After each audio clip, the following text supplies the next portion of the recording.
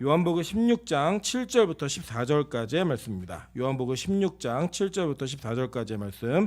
저와 여러분이 한 절씩 교독하시고 마지막 절은 합독하도록 하겠습니다. 요한복음 16장 7절부터 14절까지의 말씀입니다. 교독합니다. 그러나 내가 너희에게 실상을 말하노니 내가 떠나가는 것이 너희에게 유익이라.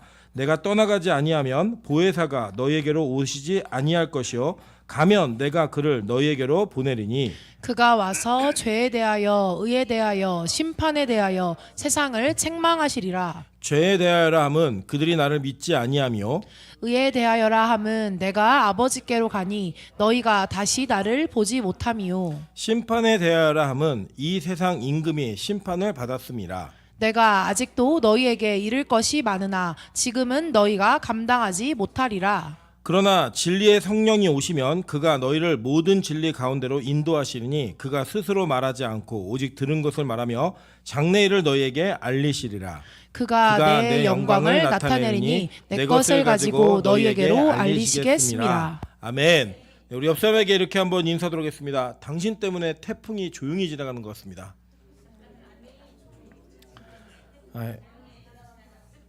네, 제가 이제 뉴스를 좀 보다 보니까 대한민국 그 한반도 전체를 관통하는 정말 유례가 없는 태풍이 이제 온다고 이게 얘기를 해가지고 좀 많이 긴장하고 많이들 좀 대비를 많이 한 것 같습니다. 물론 이게 밑에 지방에는 아직 비가 많이 오고 있고 사상자도 좀 생긴 것 같아요.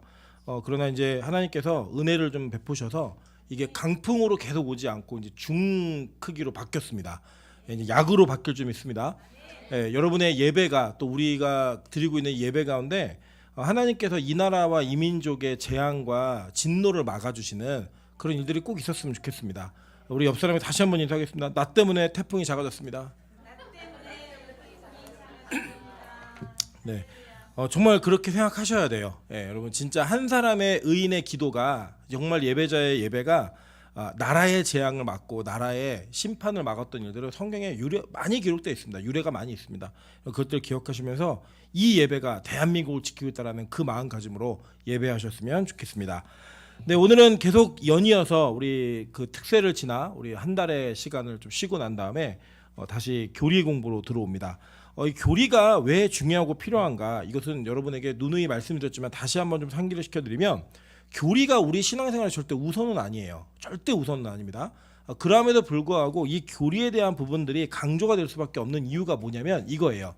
여러분 신앙은 신학보다 더 우선합니다. 이게 무슨 말씀이냐면 우리가 믿는 것, 믿음 자체가 우리가 가지고 있는 지식보다 우선적이에요. 여러분 대부분 우리는 내가 지적으로 동일해서 예수 믿는 것 같지만 오늘 성경을 통해서 살펴보시겠지만 절대 그렇지 않아요. 우리가 알고 있는 그리고 우리가 수납하는 지식은 믿음을 근거로 합니다. 예를 들면 이런 거예요. 많은 사람들이 진화론이 맞냐 창조론이 맞냐 논쟁을 하잖아요. 근데 제가 좀 이거를 심도 있게 공부를 해보니까요. 진화론이 맞다라는 과학적 근거가 있을까요 없을까요? 있어요. 예, 있어요. 실제로 진화론 아니면 설명할 수 없는 과학적 근거도 있어요. 그리고 창조론이 맞다라는 과학적 근거가 있을까요 없을까요? 있어요. 그리고 이거 갖고 맨날 싸우는 거예요. 만약에 어느 한쪽이 없고 한쪽만 있으면 이미 논쟁 끝났어요. 기독교가 진짜든지 가짜든지 둘 중에 하나로 결론이 내려졌다고요. 근데 이게 계속 지금까지 논쟁이 되는 이유가 뭐냐면 양쪽 다 과학적 근거가 있어요. 그러니까 여러분 이 사람들이 과학적 근거 때문에 그러니까 진화론에 대한 믿음이 있으니까 그 과학적 증거들이 나에게는 그 믿음을 강화시키는 근거가 될 뿐이에요. 마찬가지로 창조라는 믿음이 있기 때문에 그 과학적 근거들이 창조를 신뢰하게 만드는 근거가 되는 거예요. 이제 증거가 되고. 그래서 여러분 이 진화론자와 창조론자가 만나갖고 밤새도록 토론을 하면 결론이 날까 안 날까요? 안 나요. 어떻게 이것은 왜 그러냐면 이게 이 과학적 근거의 싸움이 아니라 뭐의 싸움이기 때문에? 믿음의 싸움이기 때문에. 예를 들어 제가 스님과 함께 저 태바실에 들어가서 결론이 날 때까지 안 나오겠다. 그럼 그거 죽는 겁니다. 그냥 거기서. 스님은 스님대로 저는 저대로 계속 자기 얘기만 하기 때문에 절대로 결론이 날 수가 없어요. 그렇기 때문에 우리의 그 지식은 우리가 무언가를 배우고 공부한다고 해서 우리의 믿음이 바뀌는 게 아니에요. 사실은. 실제로는 우리가 믿음이 있기 때문에 이 지식이 필요한 겁니다. 그 무슨 말이냐면 우리가 하나님을 믿는 거예요. 하나님을 믿고 신뢰가 되는 그 믿음이 우리 안에 믿음이 뚫고 들어와요, 우리를. 그랬는데 내가 믿는 하나님이 어떤 분인가를 알기 위해 이 성경에 대한 근거를 가지고 신학적 체계를 잡아가는 거예요. 이해가 되시죠? 무슨 말인지. 근데 이게 왜 중요한가 그러면 우리가 믿고 있는 것에 대한 한계와 범위를 분명하게 설명함으로 말미암아 우리가 잘못 믿거나 잘못 이해하지 않도록 우리를 지켜주는 가이드라인이 됩니다.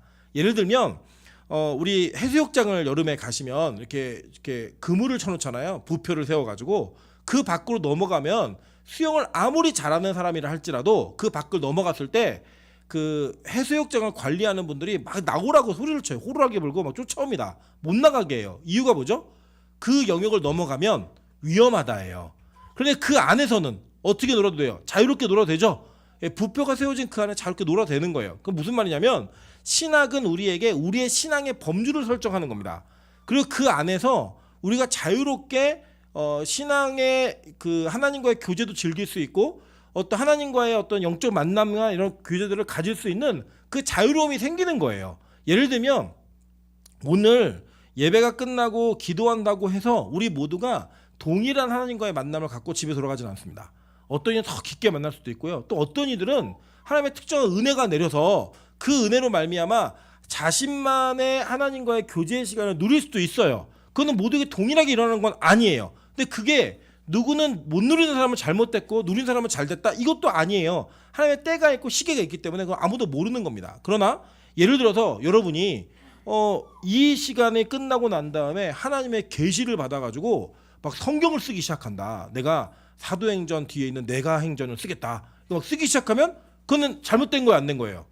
잘못된 거죠. 그건 이게 문제가 있는 거예요. 그거는 뭘로 막느냐? 신학이 그걸 막는 거예요. 요걸 넘어가면 요거 잘못된 거야 라고 하는 그 범주를 설정하는 거기 때문에 그것에 대한 분명한 이 개념이 정리가 될 수 있고요. 더 유익이 있는 내용은 뭐냐면 이런 겁니다. 예를 들어 우리가 누군가 연애를 하거나 사랑을 하게 되면 그 사람에 대한 호기심과 관심이 생기잖아요. 물론 대부분이 이럴 거예요. 첫눈에 반한다는 저는 사실 개인적으로 믿진 않아요. 근데 이제 그런 사람도 있더라고요. 첫눈에 반해가지고. 근데 첫눈에 반했던 그 반함 때문에 결혼을 하지는 않습니다. 그 뒤에 이제 여러 가지 조건들을 알아보는 거죠. 제가 알고 있는 제가 이제 뉴스에서 본 사람들 말고 제가 알고 있는 지인들 중에 첫눈에 반해갖고 그 첫눈에 반한 느낌으로 결혼한 사람은 없어요. 첫눈에 반했지만 그 사람이 뭘 하는 사람인지, 나이가 몇 살인지, 이름이 뭔지, 뭐 직업은 뭔지 여러 가지를 다 고려하고 따져가지고 그런 조건이 맞았을 때 결혼을 하지 그냥 그 느낌만으로 결혼한 사람은 없어요. 그러니까 이제 백마탄 왕자님 기다리는 분들은 이제 꿈 깨세요. 그런 사람 없어요. 왔는데 백마를 탄 줄 알았는데 그 알고 봤더니 그 조랑말일 수도 있고요. 왕자인 줄 알았더니 그 왕자가 아니라 왕자의 하인일 수도 있는 거예요. 알아보다 보니까. 그럼 그 환상이 깨져요, 안 깨져요? 깨지잖아요. 그런데 알아가면서 더 깊어진 사랑은 진짜 사랑이에요. 뭐냐면 우리 예수님을 믿고 그분을 사랑한다는 건 우리가 느낌으로 아는 거예요. 마음으로 믿는 거지 머리로 믿는 건 아니에요. 근데 그 알게 된 그 믿게 된 예수 그리스도를 알아가기 시작하면 그 알게 된 예수와 하나님을 더 사랑할 수 있다 없다? 있다는 거예요. 그래서 그 유익이 우리가 더 큰 유익이 있기 때문에 이런 내용들을 같이 나누는 겁니다. 그래서 누군가에게 내가 믿고 있는 하나님을 설명하고 이해시키고 그리고 그에게 복음을 전하기 위해서는요 반드시 이러한 내용들이 필요해요. 느낌만으로 얘기할 수는 없어요. 그래서 그 내용들을 함께 나누면서 저와 여러분에게 내가 믿고 있는 신앙에 대한 신학적 근거가 무엇인지를 잘 세워갈 수 있는 그런 은혜가 있으시기를 주님의 이름으로 축원합니다. 자, 그런 차원에서 우리 삼위 하나님 중에 우리 삼위이신 성령 하나님에 대한 내용들을 다루고 있습니다. 자, 이제 이 성령 하나님은 현대교회에 가장 많이 오해가 되고 있는 하나님이에요. 왜 그러냐면요, 이 성령을 몇몇 사람들이 이 성령 하나님의 그 본질적 속성이나 그분이 가지고 있는 정체성을 잘못 이해하고 가르치는 일들이 상당히 많이 있습니다. 이번에 제가 필리핀에 가서 목사님들과 나눈 것들 중에 그분들이 제일 많이 충격을 얻었던 것 중에 하나가 뭐냐면 성령 하나님의 인격성과 그분이 오신 목적 때문에 많이 충격받으셨어요. 왜냐하면요, 여러분 이제 이거는 좀 그냥 좀 넓은 시각으로 이해하시면 전 세계에서 가장 큰 교단은 오순절 교단입니다.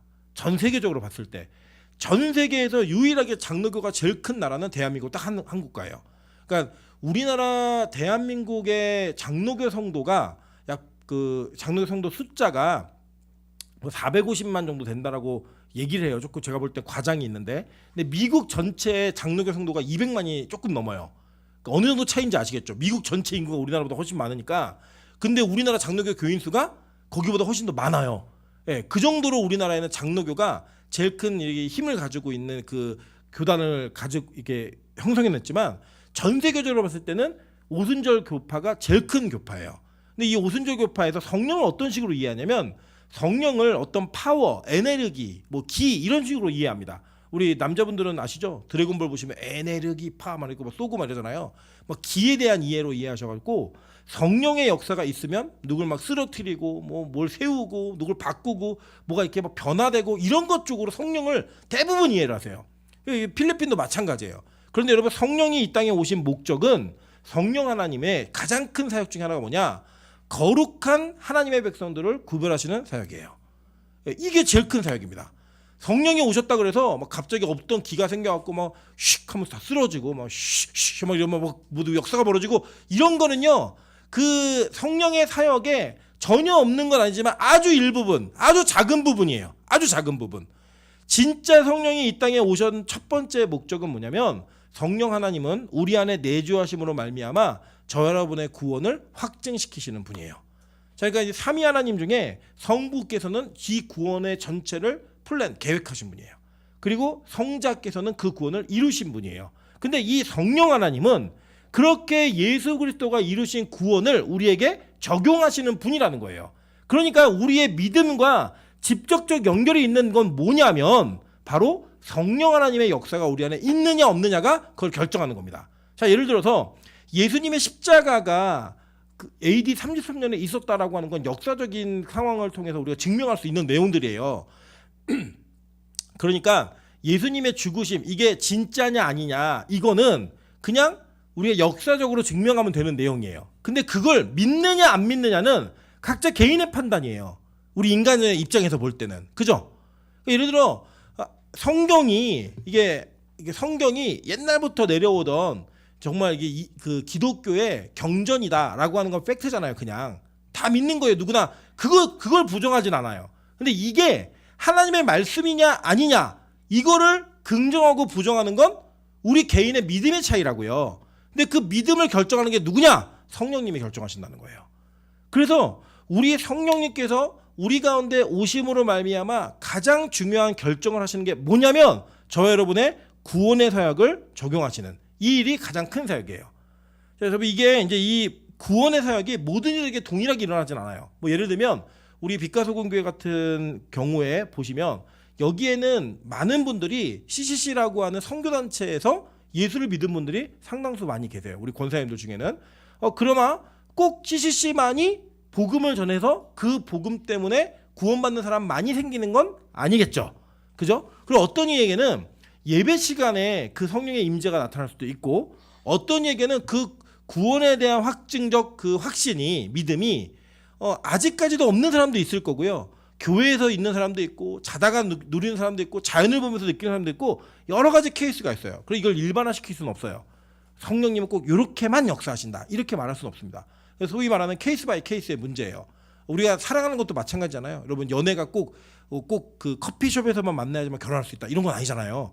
예. 그래서 물레방앗간에서 만날 수 있는 거고, 우리 권사님 장로님 시대에는 물레방앗간으로 와, 그런 게 무슨 말인지 다 알았잖아요. 그것처럼 저희 시대에는 또 물레방앗간은 안 가요. 거기 가면 귀신 나오지 연인들 만나는 곳 아니에요. 거기는. 그런 어떤 하나님의 계획과 뜻과 어떤 이루어지는 적용의 사역은 천차만별이에요.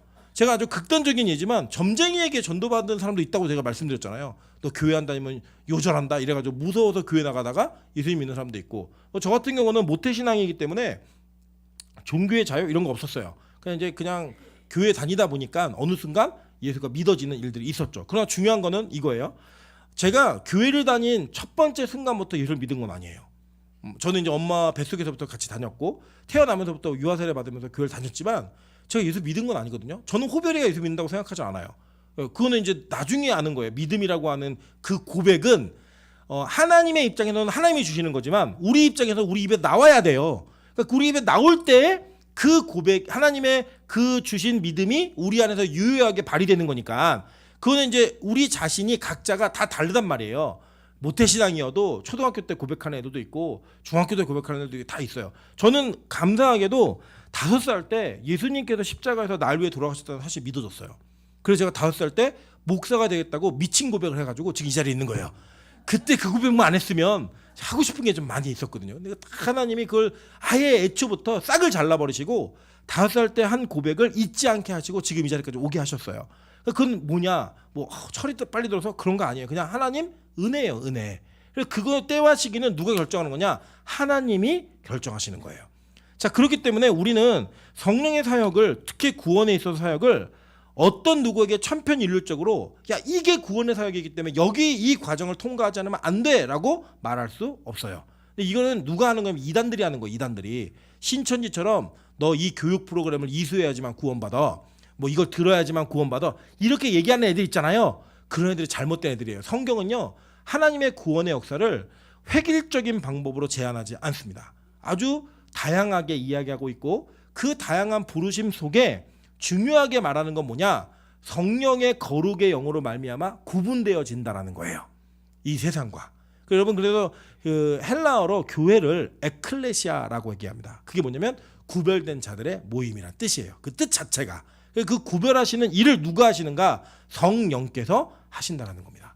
여러분 그래서 그 성령의 사역이 그렇게 되어지고 있는데, 자, 그 성령의 사역은 각자에게 동일한 사건과 동일한 일을 경험한다 할지라도 어떤 이에게는 유효하게 나타나고 어떤 이에게는 무효하게 나타납니다. 그게 무슨 뜻이냐면 동일한 사건과 은혜를 경험했는데 어떤 이에게는 그 사건이 믿음의 사건으로 연결되는 사람이 있고 어떤 이에게는 그게 믿음의 사건으로 연결되지 않는 사람이 있더라는 거예요. 자, 한번 성경을 통해 확인해 볼까요? 요한복음 6장 60절부터 71절입니다. 자, 볼게요. 제자 중 여럿이 듣고 말하되 이 말씀은 어렵도다. 누가 들을 수 있느냐 한데 예수께서 스스로 제자들에게 이 말씀에 대하여 수군거리는 줄 아시고 이르시되 이 말이 너희에게 걸림이 되느냐? 그러면 너희는 인자가 이전에 있던 곳으로 올라가는 것을 본다면 어떻게 하겠느냐? 살리는 것은 영이니 육은 무익하니라. 내가 너희에게 이른 말은 영이요 생명이라.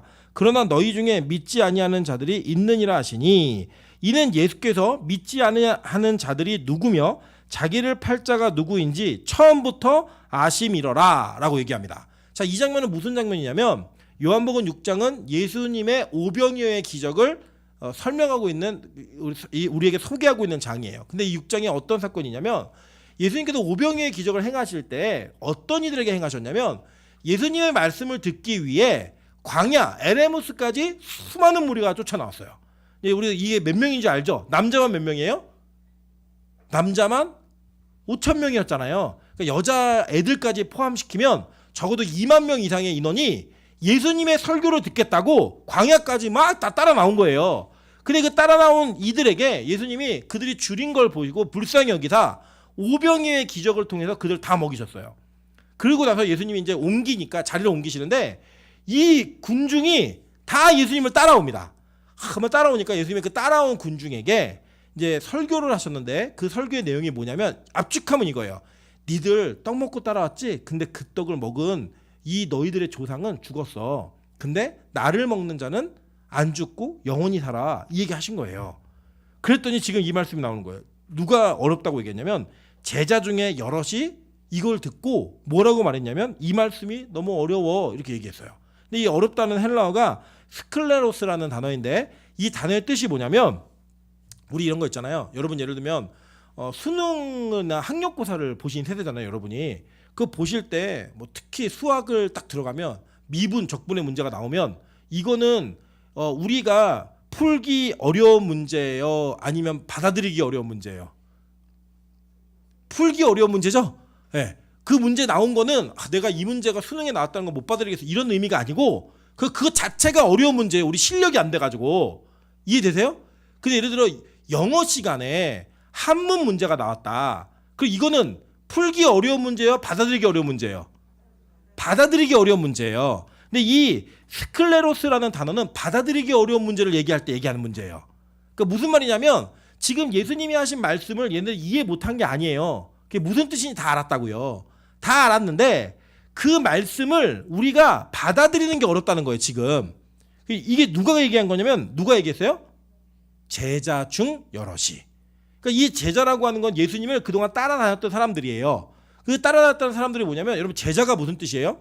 스승의 것을 배워서 그 스승이 가지고 있는 철학과 그 스승의 가르침을 그대로 자기의 삶을 통해 구현해내는 사람들이 제자 아니에요? 그 제자들이 예수님을 따라다녔다고 계속.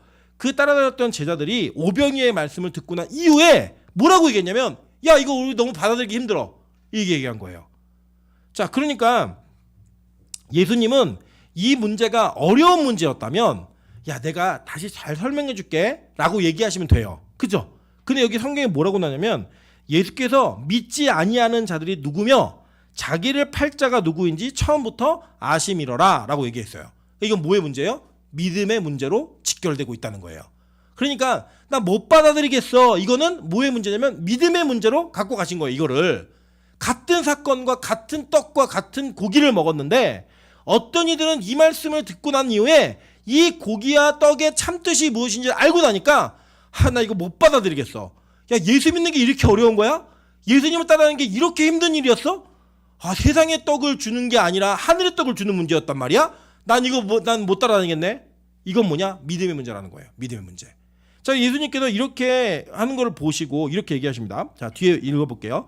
또 이르시되 그러므로 전에 너희에게 말하기를 내 아버지께서 오게 하여 주지 아니하시면 누구든지 내게 올 수 없다 하였노라 하시니라 라고 얘기합니다. 자, 그러니까 이게 예수님이 그 뒤에 이어서 연이하신 말씀의 내용이 뭐냐면 이거는 너희가 이해를 하고 못하고의 문제 때문에 믿고 안 믿고의 문제가 아니라는 거예요. 아버지께서 허락하신 자만이 이걸 듣고 믿을 수 있다. 이걸 듣고 따라올 수 있다라고 말씀하신 거예요. 이해되시죠? 무슨 말인지. 이거 어려워서 너희 못 믿는 게 아니야. 이거는 허락되어진 자들에게만 믿고 믿지 않을 수 있는 문제야 라고 설명하시는 거예요.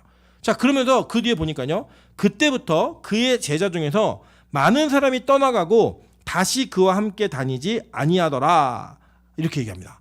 그러니까 이 말 한마디에 예수님이 어느 정도의 목회를 하고 계셨냐면 소위 말하는 대형교회 목회를 하신 거예요. 설교 한 편 하면 2만 명이 모여가지고 설교를 듣는 목회를 하신 거예요. 예수님이.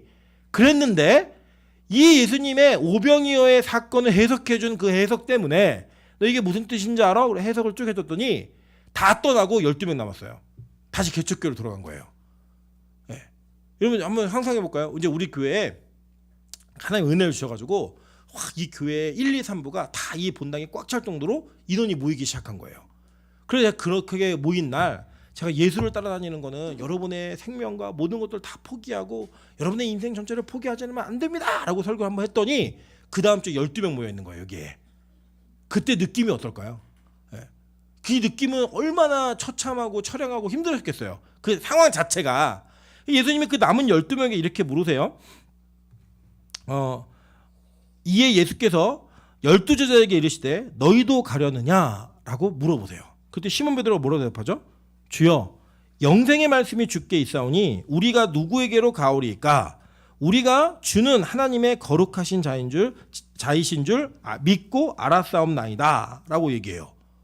자 그러니까 지금 이 말은 얼마나 놀라운 이야기냐면 예수님이 제자에게 뭐라고 말씀하시냐면 야 너네도 갈래?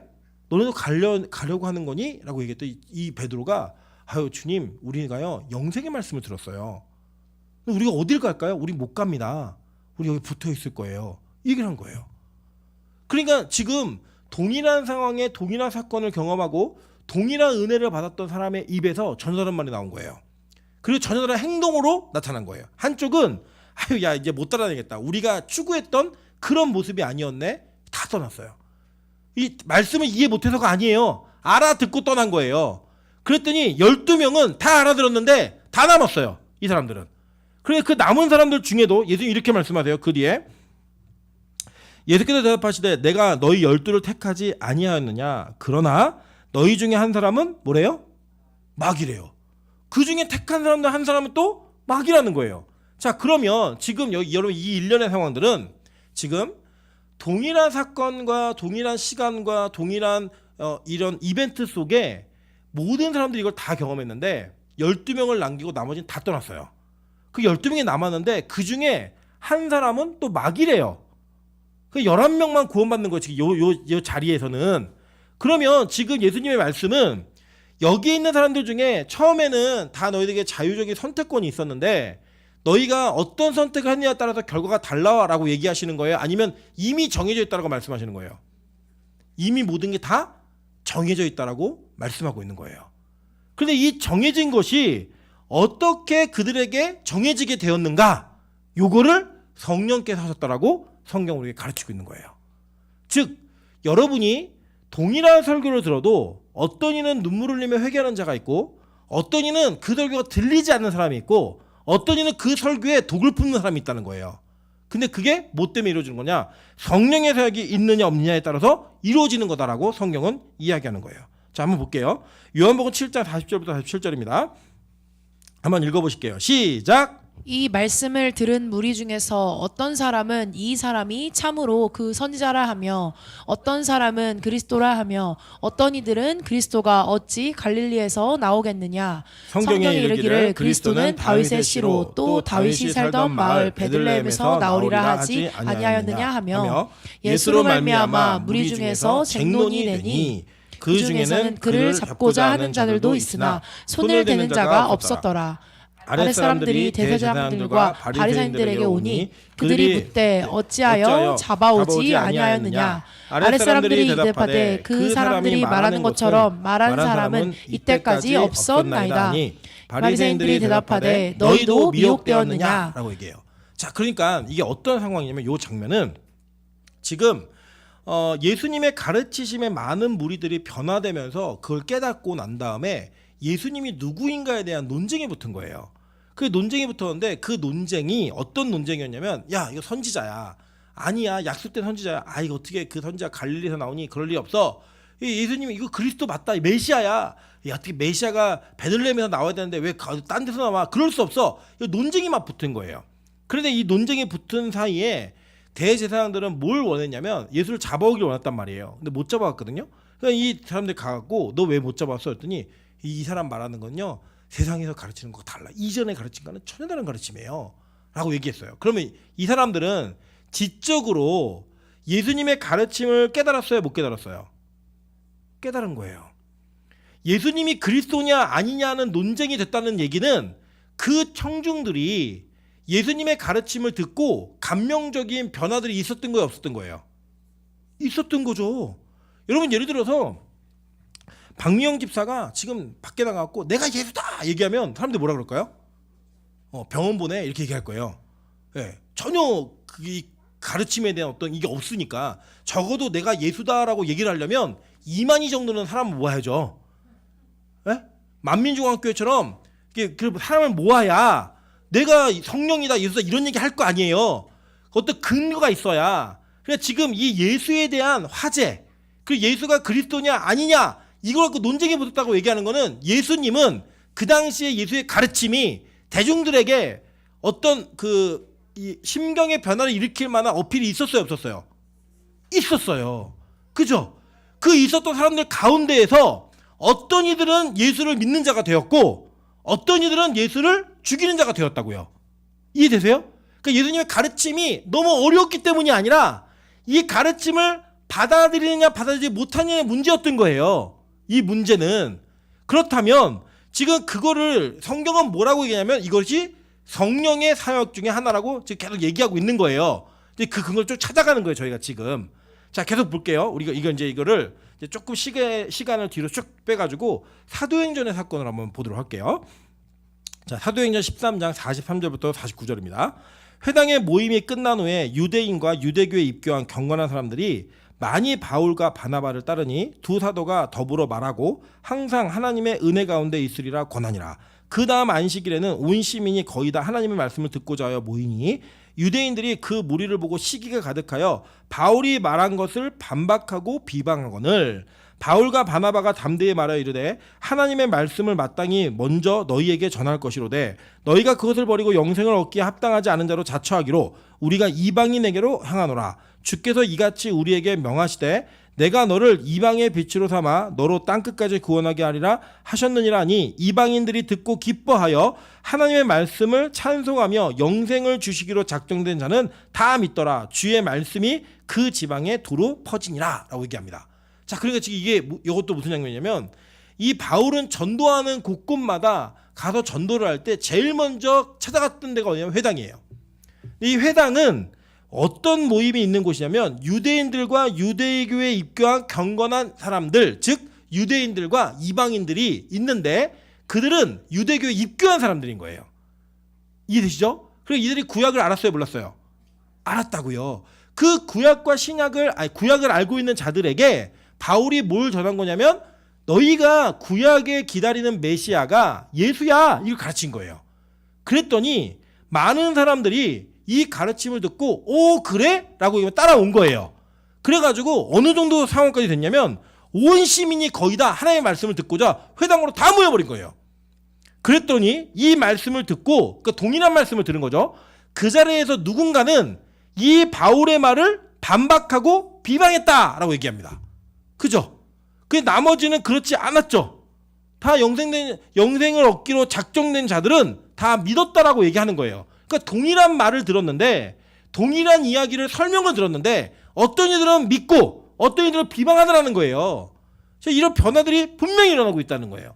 동일한 말씀이 선포되었는데 그 말씀 앞에 순종으로 나오는 자들이 있고 그 말씀 앞에 불복종으로 나오는 자들이 있더라는 겁니다. 계속 한번 볼게요. 사도행전 14장 1절부터 7절이에요. 이에 이고니온에서 두 사도가 함께 유대인의 회당에 들어가 말하니 유대와 헬라의 허다한 무리가 믿더라. 그러나 순종하지 아니하는 유대인들이 이방인들의 마음을 선동하여 형제들에게 악감을 품게 하거늘 이렇게 얘기해요. 그죠? 그러니까 다 회당 가서 전했죠. 근데 그 회당이 전해지니까 그 말씀의 반응 앞에 어떤 이들은 믿고 어떤 이들은 안 믿더라는 거예요. 근데 그 안 믿던 자들의 내용을 쭉 보시면 두 사도가 오래 있어 주를 힘입어 담대히 말하니 주께서 그들의 손으로 표적과 기사를 행하게 하여 주사 자기 은혜의 말씀을 증언하시니 그 시내에 무리가 나뉘어 유대인을 따르는 자도 있고 두 사도를 따르는 자도 있더라 라고 얘기합니다. 그죠?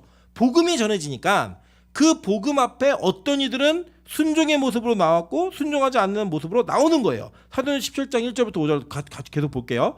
그들이 암비볼리와 아볼로니아로 다녀가 데살로니가에 이르니 거기 유대인의 회당이 있는지라 바울이 자기의 관례대로 그들에게 들어가서 새 안식일에 성경을 가지고 강론하여 뜻을 풀어 그리스도가 해를 받고 죽은 자 가운데서 다시 살아나야 할 것을 증언하고 이르되 내가 너희에게 전하는 이 예수가 곧 그리스도라 하니 그 중에 어떤 사람 곧 경건한 헬라인의 큰 무리와 적지 않은 귀부인도 권함을 받고 바울과 실라를 따르나 그러나 유대인들은 시기하여 저자의 어떤 불량한 사람들을 데리고 때를 지어 성을 소동하게 하여 야손의 집에 침입하여 그들을 백성에게 끌어내려고 찾았으나 라고 얘기합니다.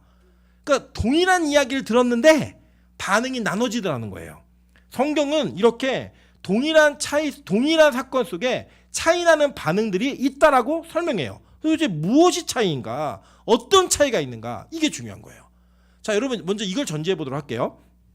우리가 복음을 듣기 전에 우리 모두는 다 어떤 상태죠? 죄인의 상태예요. 죄의 문제를 해결할 수 없는 소망이 없는 죄인의 상태예요. 우리 모두는 복음을 듣기 전에. 그러니까 그 죄인의 상태, 소망이 없는 죄인의 상태에서 복음이 들려졌을 때 그 복음 앞에 어떤 이들은 구원의 길을 얻고 어떤 이들은 구원의 길을 얻지 못하더라는 거예요. 다른 내용을 들은 것도 아니고 심지어는 강사도 똑같아요. 예수라는 강사, 바울이라는 강사에게 동일한 말씀을 들었는데 어떤 이들은 구원의 자리로 어떤 이들은 그 죄인에 대해서 나오지 못하더라는 거예요. 성경 바울은 이거를 어떻게 설명하고 있나 한번 보도록 할게요. 로마서 8장 26절부터 29절입니다. 이와 같이 성령도 우리의 연약함을 도우시나니 우리는 마땅히 기도할 바를 알지 못하나 오직 성령이 말할 수 없는 탄식으로 우리를 위하여 친히 간구하시느니라. 마음을 살피시는 이가 성령의 생각을 아시나니 이는 성령이 하나님의 뜻대로 성도를 위하여 뭐 하신대요? 간구하심이라 라고 얘기하는 거예요. 즉, 자, 아까 우리가 확인했던 건 뭐였냐면 이 말씀을 들었던 사람들에게 반응이 다른 것은 하나님의 작정 속에서 다른다고 얘기했죠. 구원받기로 작정된 자와 작정되지 못한 자가 있다라고 얘기했어요. 그런데 그것을 실행하는 자가 누구예요? 실행하는 하나님은 성령님이라고 오늘 얘기하는 거예요. 하나님의 작정대로 성령께서 우리를 위하여 간구하시기 때문에 우리 안에 전혀 다른 반응이 일어나는 거예요. 그러니까 원래 우리는 죄인이기 때문에 우리 스스로는 말씀을 듣고 회개의 자리로 나올 수 있다 없다? 없는 존재들이에요. 그런데 우리 안에 성령께서 내주하심으로 말미암아 그 성령이 말할 수 없는 탄식으로 우리를 위하여 하나님의 작정된 대로 우리를 위해 간구하시는 거예요. 그래서 어떤 일이 벌어지느냐 계속 볼게요. 뒤에 자, 이는 성령이 하나님의 뜻대로 성도를 위하여 간구하심이니라. 우리가 알거니와 하나님을 사랑하는 자 곧 그의 뜻대로 부르심을 입은 자들에게는 모든 것이 뭐란데요? 합력하여 선을 이루느니라. 선이 뭐예요? 여러분 이제 선 그럼 우리는 보통 어려운 사람 돕고 이런 걸 얘기하시잖아요. 선은 뭐냐면 하나님의 뜻, 원래 그 자리로 돌아가는 게 선이에요. 하나님의 뜻대로 돌아가는 것, 그게 선이라고요.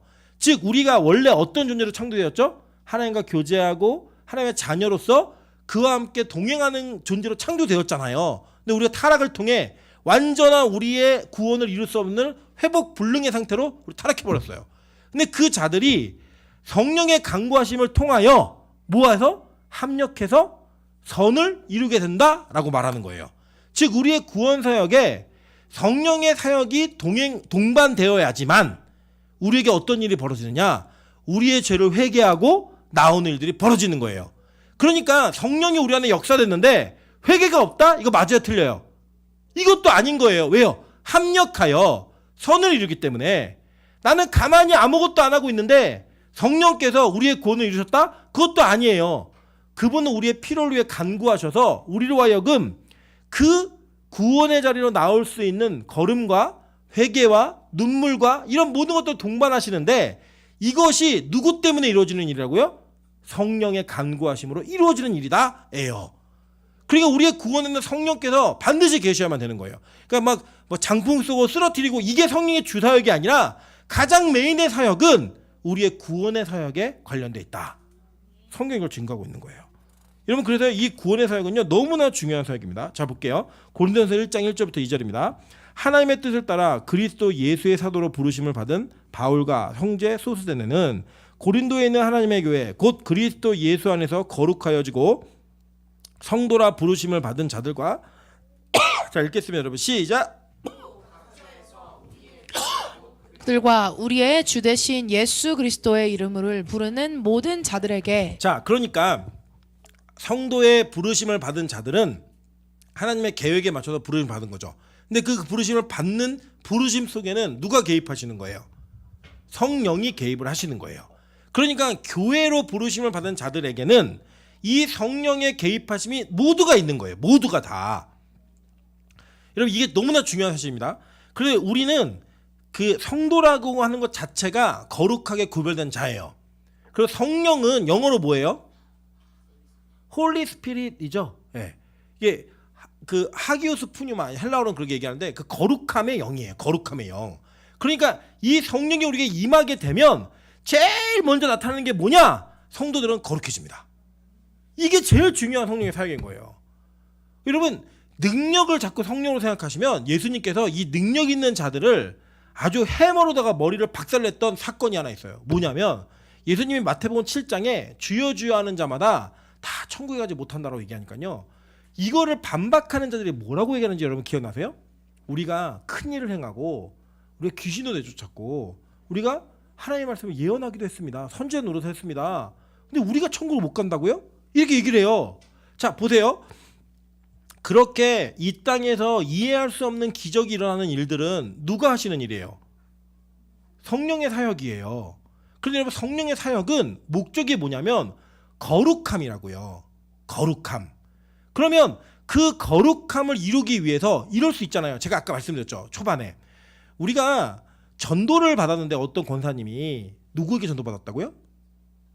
무당에게 전도를 받았어요. 여러분 민수기에 보시면 이스라엘 백성이 축복을 받고 이스라엘로부터 한 별이 나온다는 아주 유명한 그 문구가 나와요. 그래서 예수님이 탄생하실 때 별이 나타나잖아요. 근데 그게 누가 예언한 건지 아세요? 발람이 예언한 내용이에요. 발람의 직업이 뭐예요? 무당이에요. 영매예요. 영매. 그런 자들을 통해서 하나님 일하세요? 일 안 하세요? 일을 하신다고요. 하나님의 그 사역과 그 능력과 그 영역은 하나님의 통치권 밖을 벗어나는 게 없어요. 욥기에 보시면 한 천상에서 회의가 벌어지는데 그 회의에 누가 참석해요? 마귀가 있어요. 마귀가. 사단이. 그래서 하나님이 욥이 왜 고난 받았는지 아세요? 하나님이 욥을 자랑해가지고 야, 욥 봤어? 죽이지 않냐? 그랬더니 에이, 하나님 줄 거 다 줬으니까 섬기죠. 이거 한 것 때문에 고난 받기 시작한 거예요. 그리고 여러분, 하나님이 여러분 자랑했으면 좋겠어요? 안 좋겠어요? 하나님 여러분 자랑하기 시작하면요, 마귀 새끼가 하나님 남자친구 줬으니까 그런 거예요. 막 충만한 사람이 있잖아요. 네, 충만한 사람이 있는데 남자친구를 줬기 때문에 그런 거예요. 그럼 하나님이 그래, 그럼 걷어가봐 이런 거예요. 어느 날 갑자기 잠수가 없어지는 거예요. 그때 진짜 하나님 찬양할 수 있는가? 그게 이게 막 평가가 되기 시작해요. 여러분, 하나님이 여러분 자랑했으면 좋겠어요? 안 좋겠어요? 와, 겁나는 거죠. 이거 진짜 겁나는 사실이죠. 잘 보세요. 이 마귀도 하나님의 이 통치권 안에서 움직여요. 마귀의 사역이 따로 있긴 있지만 그것조차도 하나님이 허락하셔야지만 이루어지는 거예요. 그래서 하나님이 이렇게 얘기하세요. 야, 욥을 다 건드려도 되는데 생명 건들지 마. 절대 못 죽여요. 여러분, 그 이스라엘 백성들이 그 에시온 개별로 돌아서 이렇게 올라가니까 막 불뱀을 터뜨리니까 불뱀이 막 나오잖아요. 근데 불뱀을 하나님께서 그 풀었다는 그 표현이 해방했다라는 표현이에요. 그리고 뭐예요? 그동안 불뱀 어떻게 하신 거예요? 가둬놓고 계신 거예요. 가둬놓고 해방하니까 얘네들이 사람을 물기 시작하는 거예요. 그래서 여러분, 하나님의 사역은, 그 능력은 우리 거룩한 성도들을 통해서만 나타나는 건 아니에요. 네, 무당들을 통해서 나타날 수 있어요. 그런데 진짜 성령이 임한 자들은, 그 성령의 사역의 열매가 되는 자들은 반드시 거룩으로 그 열매의 모습을 보이게 돼 있어요. 이 여러분 너무 중요한 사실이에요. 너무 중요한 사실. 그냥 예를 들어 여러분이 누군가 기도해 줬는데 그다음에 병이 나을 수 있다고요. 그죠? 근데 그 병이 나음을 통해서 그 사람이 예수를 믿을 수 있잖아요. 그러면 거룩의 영의 목표지는 누구였어요? 성령의 목표는 누구였어요? 예를 들어 제가 불신자를 놓고 기도를 했는데 그 불신자가 그 병이 나은 것 때문에 예수를 믿게 됐어요. 그 성령의 목표지는 누구예요? 예? 그러니까 이 사람들 중에 성령의 목표가 누구였어요? 지금 이 일어난 사역 속에. 자, 김민정 집사가 예수를 안 믿고 떠난 거예요. 주님 부인하고 떠난 거예요. 그리고 이제 집에서 안 나오고 있는데 제가 신방을 가가지고 기도했더니 한 번에 5kg가 빠졌어요. 그 빠진 것 때문에 다시 회심해서 주님 앞에 나온 거예요. 그러면 성령의 사람으로서의 목표는 누구였어요? 에? 김민정 집사인 거죠. 그죠? 그 저는 뭐예요? 그렇죠. 통로예요.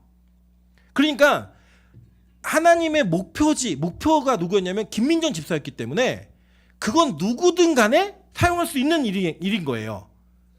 이해되세요? 제가 거룩하고 거룩하지 않고는 의미 없어요.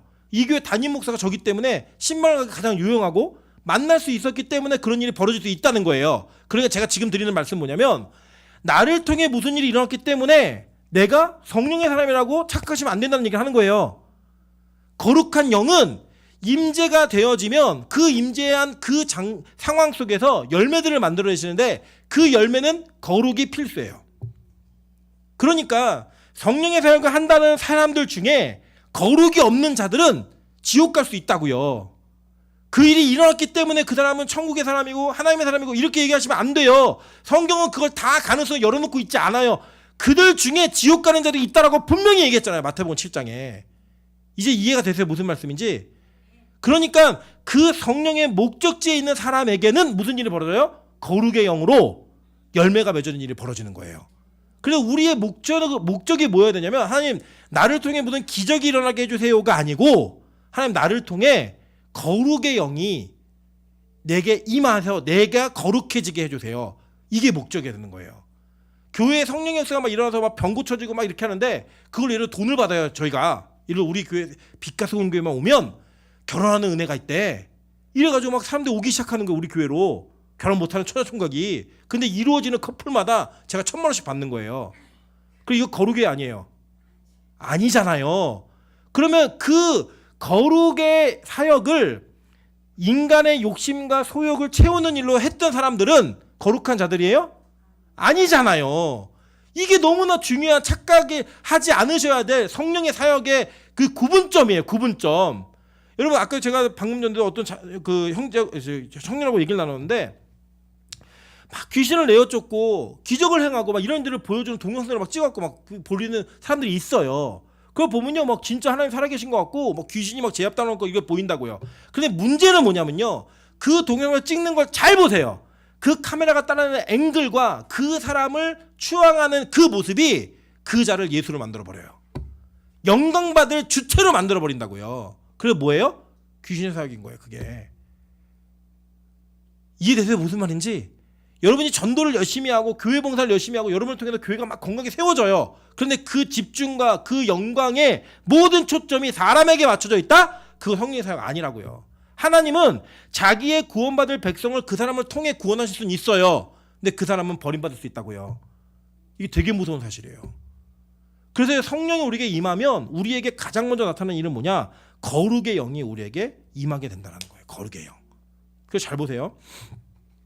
베드로전서 2장 9절부터 10절입니다. 그러나 너희는 택하신 족속이요 왕 같은 제사장들이요. 제사장들의 목적이 뭐예요? 거룩이잖아요. 거룩. 그래서 그들이 항상 머리에 붙였던 게 뭐예요? 여 앞에 성결하라. 이거 띠붙이고 다녔잖아요. 이게 진짜 성령이 임한 자들의 모습이라는 거예요. 그래서 구원받은 자의 진짜 모습은요, 거룩한 자로서 이 땅과 구별되어지는, 죄와 구별된 모습이 나타나요. 그러니까 이 사람들은 세상 어디에 던져놓아도 괜찮아요. 왠지 아세요? 구별된 자이기 때문에, 거룩한 자이기 때문에 세상의 시궁창에 창녀촌에 던져놔도 어디에 던져놔도 괜찮은 거예요. 이걸 이 땅에 오셔서 실현하신 분이 계세요. 누구예요? 예수님이 그러셨잖아요. 예수님 맨날 누구 만났어요? 죄인 만나고 창기들 만났다고요. 세리들 만났다고요. 그랬는데 그 예수를 비방하는 자들의 그 내용은 뭐냐면, 야, 너 거룩한 사람이 어떻게 그런 죄인들을 만나서 같이 교제를 하니? 이거였다고요. 근데 예수님의 말씀은 뭐냐면, 야, 나는 안 거룩한 자들을 거룩하게 만들려고 왔어. 그죠? 그래서 예수님이 그 죄인들과 어울렸지만 죄인이 되셨어요? 아니잖아요. 죄가 없는 분이었잖아요. 그 거룩을 항상 유지하고 계셨던 거예요. 여러분 마찬가지예요. 여러분이 이 땅에서 믿지 않는 자들과 교제하며 직장도 다니고 사람도 만나고 여러 가지 일들을 같이 해요. 그쵸? 그런데 그 가운데에서 내가 성도인 것이 증명되는 것은 무엇이냐면 그들과 구별된 거룩함이 있어야 되는 거예요. 이게 없잖아요. 그 여러분의 거룩은, 여러분의 성령은 아닐 수 있다고요. 거짓말일 수 있다고요. 그 세상 사람들 여러분 보고 놀래야 돼요. 이 상황인데 예배를 드리고 있네? 이 상황인데 기뻐하네? 이 상황인데 하나님을 찬양하네? 이런 모습이 여러분에 나타나야 된다고요. 그게 없잖아요. 여러분에게 이게 뭐가 사라진 거냐면 거룩의 경계선이 무너진 거예요. 이 거룩의 경계선. 그리고 진짜 예수 그리스도의 성령의 임재가 나타나면 거룩하지 않던 자들이 여러분을 통해 거룩해지는 거예요. 그래서 그 경계선이 안쪽으로 있는 게 아니라 바깥쪽으로 널려 있는 거예요. 내가 닿는 곳마다 거룩해지는. 그게 바로 예수가 이 땅에 오셨다가 올라가시면서 거룩한 영을 너에게 보내주면 너에게 무슨 일이 벌어질 거야, 이거 보여주신 거예요. 그래서 성령의 사역은 첫 번째로 뭐다? 여러분에게 거룩한 은혜가 임해요. 그게 뭐냐? 구원받은 자가 된다는 거예요. 그럼 구원받은 자와 구원받지 못한 자의 구별이 뭐예요? 부르심을 받은 자들이잖아요. 거룩한 공동체, 교회로 부르심을 받은 자, 구별됨이잖아요. 그 구별됨의 그 기준이 뭐다? 거룩이에요. 그래서 성령이 진짜 임하면 여러분 거룩해집니다. 능력해가는 자가 되는 게 아니고요, 방언하는 자가 되는 게 아니라 거룩한 자가 된다고요. 그게 여러분의 첫 번째 부르심의 목적이에요. 여러분 그 부르심은 어떻게 이루냐? 그거만 좀 볼게요. 요한복음 6장 45절입니다.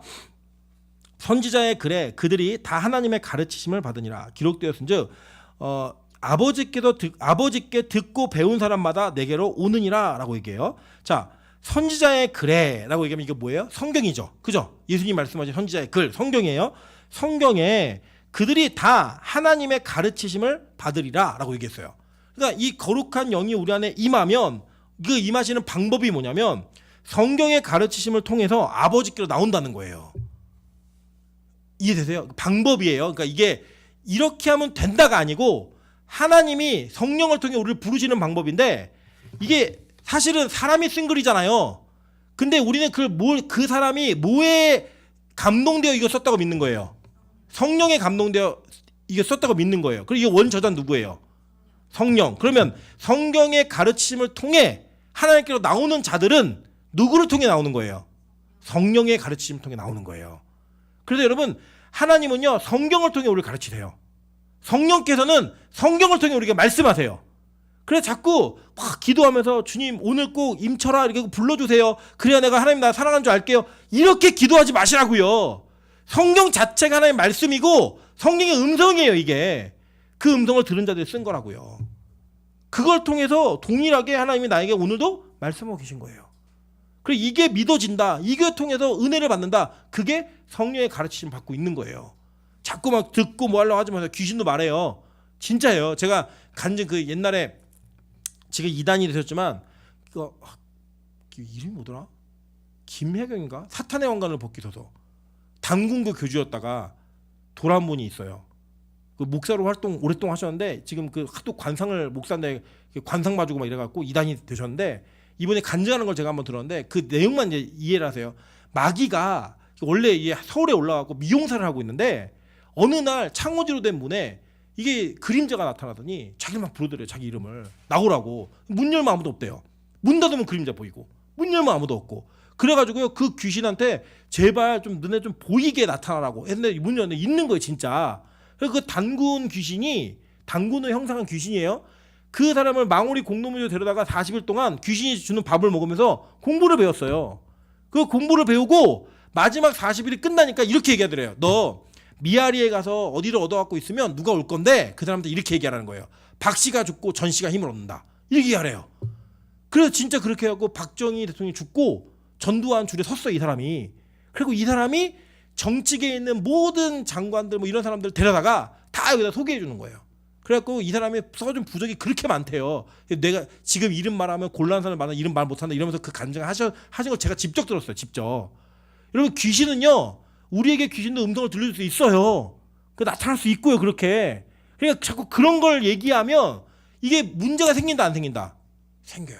여러분 그래서 제가 보면은 이 중국 분들이 중국 성도들이 기도를 진짜 많이 하세요. 근데 그들이 기도를 많이 하는 이유 중에 하나가 뭐냐면 성경에 대한 이해가 너무 짧아요. 왜냐면 그 문화혁명 때 성경을 다 태우고 못 보게 했거든요. 그러니까 중국의 그 사역자들은 설교의 대부분의 내용이 간증이에요. 무슨 내용이냐면 환상 중에 뭘 봤다, 뭘 느꼈다, 말씀하셨다. 근데 그렇게 말하고 있는 분들에게 거룩의 영이 없어요. 왜냐?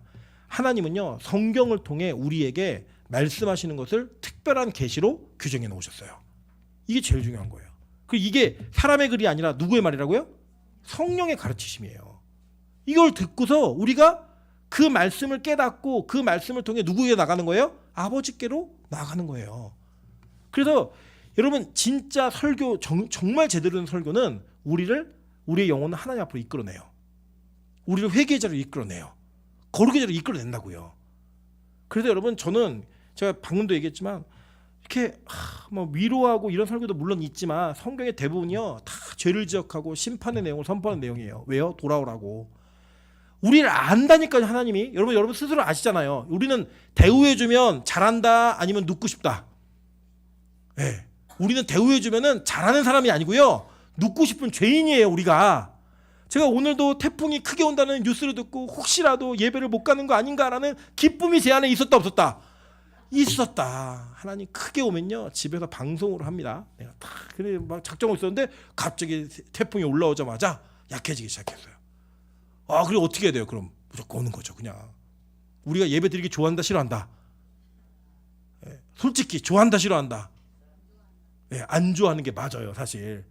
그런데 그런 인간들을 하나님이 어떻게든 끌어다가 앉혀 놓으시려고 죽인다, 가만히 두지 않는다, 심판한다, 막 협박해가지고 그렇게 해서라도 주님 앞에 돌아오게 하는 게 하나님의 목적이라고요. 왜요? 그 길만이 유일한 살 길이기 때문에. 성경 우리가 그걸 가르치는 거예요. 그래서 여러분 읽어보세요. 제 말이 아니라 나중에 선지서를 한번 쭉 읽어보세요. 얼마나 독한 말들이 써있나, 얼마나 심한 말들이 써있나. 제가 야단을 많이 친다고요? 여러분 저는 선지자들에 비하면요 아주 젠틀한 사역자예요. 너무 유하고 부드러운 사역자예요. 어머니 닮아가지고 너무 부드러운 사람이에요. 선지자들의 글을 읽어보세요. 얼마나 혹독한 내용들이 써있는지. 저주와 심판의 말 할 때는요 야 이게 진짜 하나님 믿는 사람이 할 수 있는 얘기인가 이렇게 할 정도로 얘기를 진짜 많이 해요. 나중에 제가 선지서 강의할 때 한번 들어보세요. 진짜 얼마나 혹독하게 말하나. 복음은요 여러분 절대 여러분을 대우하지 않아요. 여러분을 살리는 게 목적이에요. 의사가요 아프실 텐데 어떡하죠? 조금만 찔까요? 안 그래요.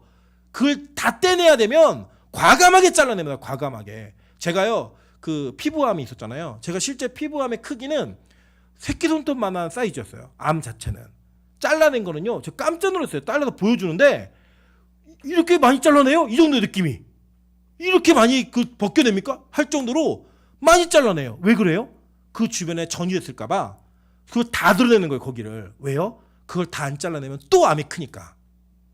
이해돼서 무슨 말인지? 성경은 우리가 그 원리를 한다고. 죄를 안 잘라내면 그 죄가 얼마나 커질지 몰라요. 성령은 그런 분이에요. 그 성령의 거룩함은 우리 안에 임하면 우리가 볼 때는 이 정도는 괜찮잖아요 라고 하는 것들까지도 다 잘라내버려요. 왜요? 그게 죄의 뿌리가 될까봐.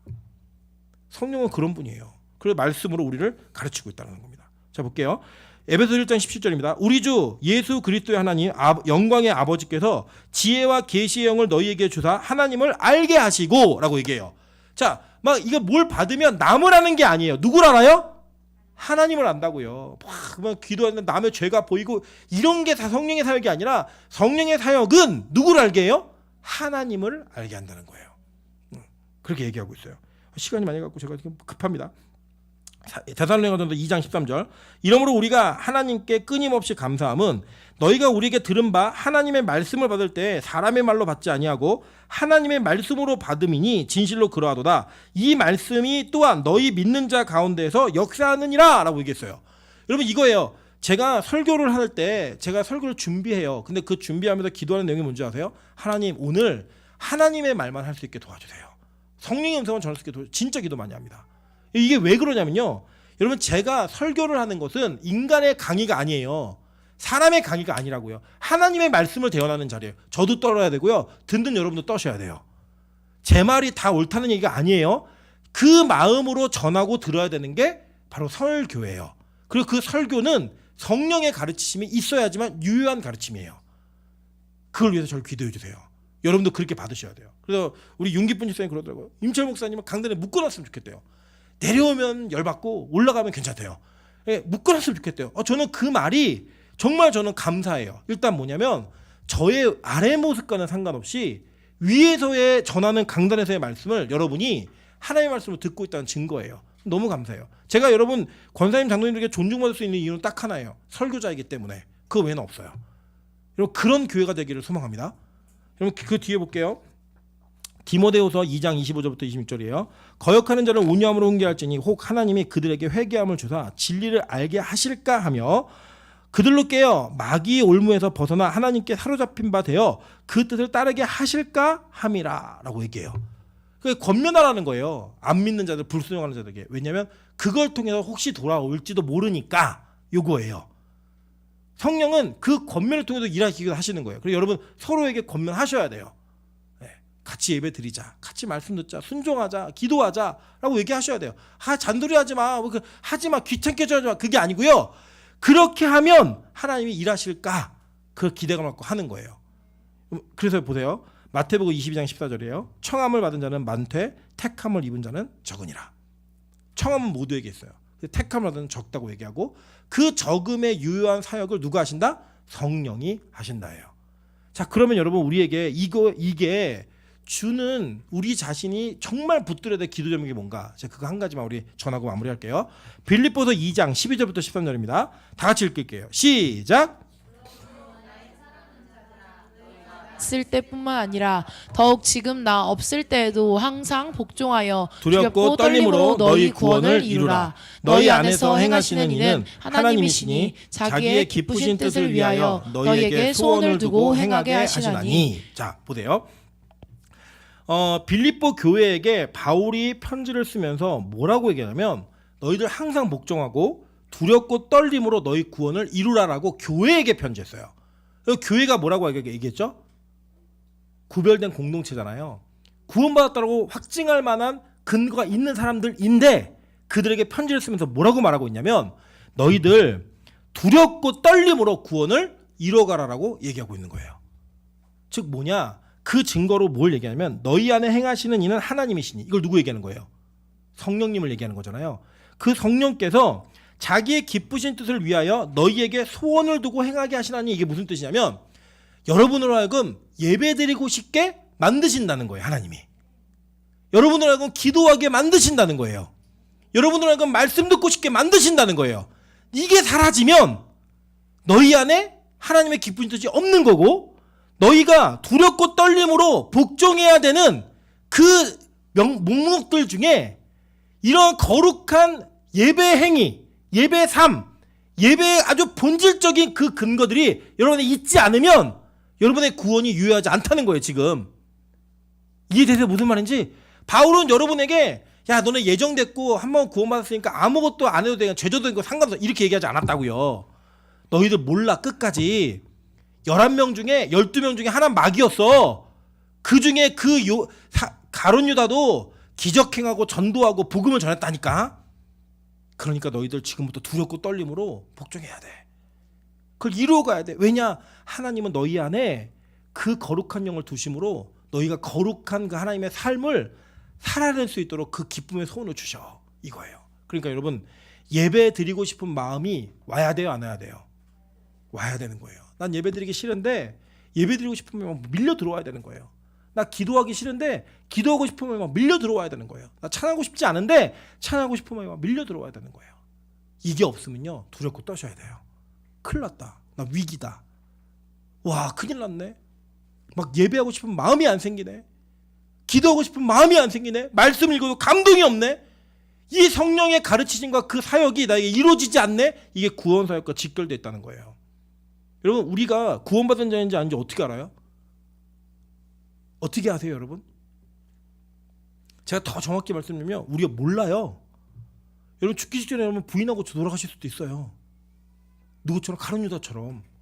죽기 직전에 예수 믿고 구원받는 자도 있는 반면에 죽기 직전에 예수님을 평생 따라다니다가 예수님 부인하고 죽은 가룟 유다도 있어요. 그게 우리가 마지막에 어떤 모습을 이루어낼지 모르는 불안함이 우리 안에 있어야 돼요. 그래서 우리는 항상 그 거룩한 영이 우리 안에 계시도록 힘써야 되고 노력해야 되는 거예요. 여러분 여러분의 구원이 100% 보장? 아니에요. 이거 왜 보장이 아니라고 말씀드리냐면 여러분에게 진짜 거룩한 영이 있는 점도 우리 모르잖아요. 알 수 없잖아요. 내가 어떻게 될지 어떻게 알아요. 그래서 우리는 그 예정 가운데서도 두렵고 떨림이 항상 있으셔야 되는 거예요. 우리 이 시간 이렇게 기도하길 소망합니다. 하나님 진짜 우리 교회에게 우리에게 성령을 부어주세요.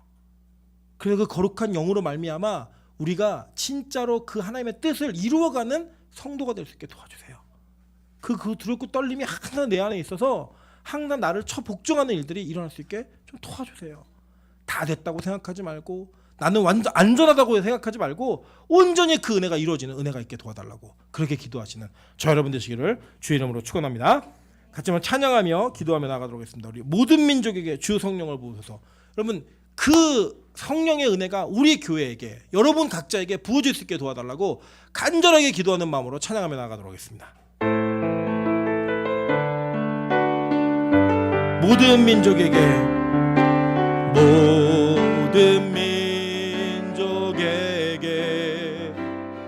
주 성령 부어주소서.